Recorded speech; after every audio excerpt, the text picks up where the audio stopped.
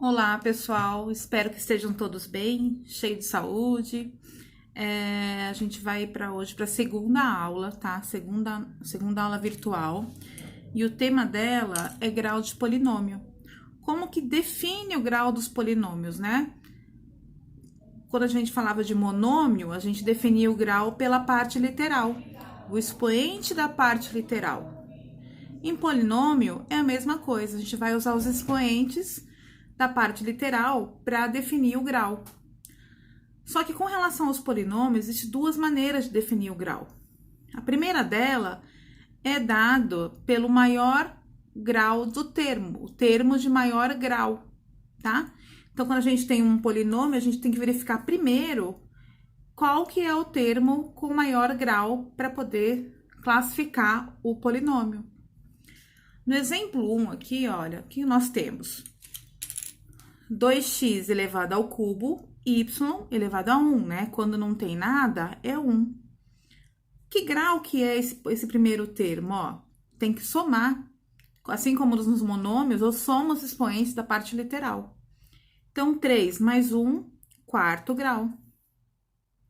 O segundo termo, a parte literal, olha, o x está elevado à quarta potência e o y a 3 ao cubo. Somando os expoentes, eu tenho que ele é de sétimo grau. E o terceiro termo, eu tenho x, y. Então, os dois estão elevados a 1, somando segundo grau. Então, esse polinômio, de acordo com o grau do maior termo, eu posso classificá-lo como sétimo grau. Outro exemplo. Exemplo B. Vamos analisar termo a termo para poder classificar, tá? Ó, 7a ao cubo. Aqui eu tenho só a parte literal, o a. Ele está elevado a 3, então eu defino que esse termo é de terceiro grau. O segundo, 5a ao quadrado, b ao quadrado. Somando os dois expoentes, eu tenho que ela é de quarto grau. E o terceiro termo, ab, os dois são elevados a 1, somando o segundo grau. Então, eu posso classificar esse polinômio como sendo de quarto grau, de acordo com o termo dele. A segunda maneira de classificar o polinômio, ela é dada pela variável, de acordo com as variáveis, tá? Então, aqui eu tenho que analisar variável por variável para definir o grau dela. Olha aqui o exemplo. 7x à quarta, y ao cubo. 2x ao quadrado, y ao cubo. Y à quinta. X, y a 7. Então, vamos analisar pelas variáveis? Na primeira, está elevado a 4 no primeiro termo.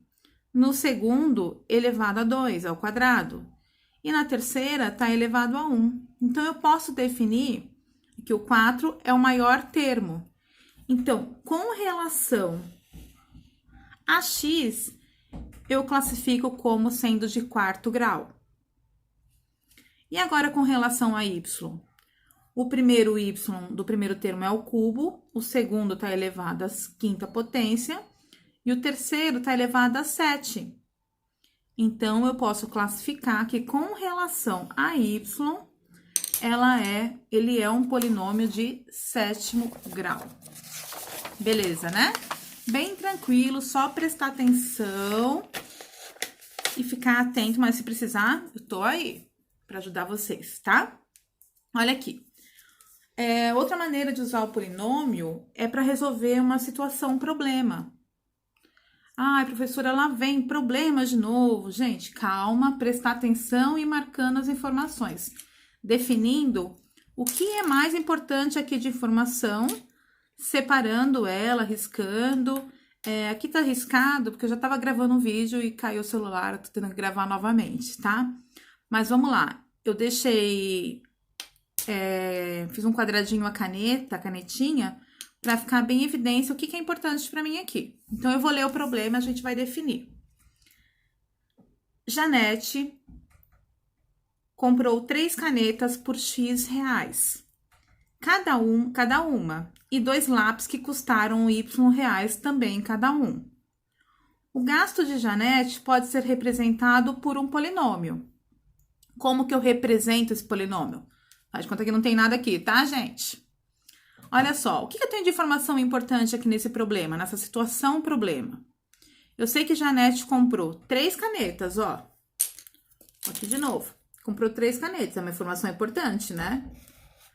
Por X reais. Não sei quanto ela pagou em cada caneta. Então, eu posso representar que ela comprou 3 canetas vezes X, porque para saber o valor total das canetas, eu tenho que multiplicar a quantidade pelo valor. Como eu não tenho valor, eu coloquei uma variável, uma incógnita.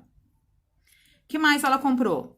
E 2 lápis que custaram Y reais. Então, ela comprou. Então, se ela comprou caneta e lápis, é caneta mais o lápis, não é isso? Ela sabe o valor do lápis? Não. Então, eu vou definir por outra variável que eu coloquei aqui, sendo a Y. Tudo bem? Pronto, tá definido o polinômio para resolver esse problema. Agora, vamos para o segundo problema. Helena recebeu X reais. Se ela recebeu, ó, entrou dinheiro, tá positivo, né? De salário. Gastou a metade. Se ela gastou a metade para pagar alguma coisa, se ela gastou, ela teve que subtrair, né? Ela gastou. A metade. Metade do que ela ganhou, ela gastou para pagar as despesas. Despesas da casa. E a terça parte para fazer uma viagem. Ela foi fazer uma viagem, para fazer uma viagem, ela ganhou dinheiro ou perdeu? Ela teve que pagar, né? Então, aqui também eu vou ter que subtrair. A terça parte para fazer uma viagem. A quantia que sobrou do total recebido pode ser expresso por... Então, como que eu vou expressar isso, gente? Olha só. Vou colocar primeiro o que ela recebeu, né? Ela recebeu X reais. Eu falei que ela gastou metade para pagar as despesas. Se ela gastou, eu tenho que subtrair. Quanto que é a metade de X? É X dividido por 2. Então, eu posso expressar X sobre 2.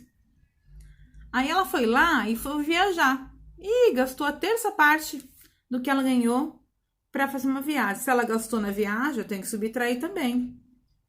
Quanto que é a terça parte? Não é 3 dividido por... X dividido por 3? Então, eu posso expressar X sobre 3. Pronto.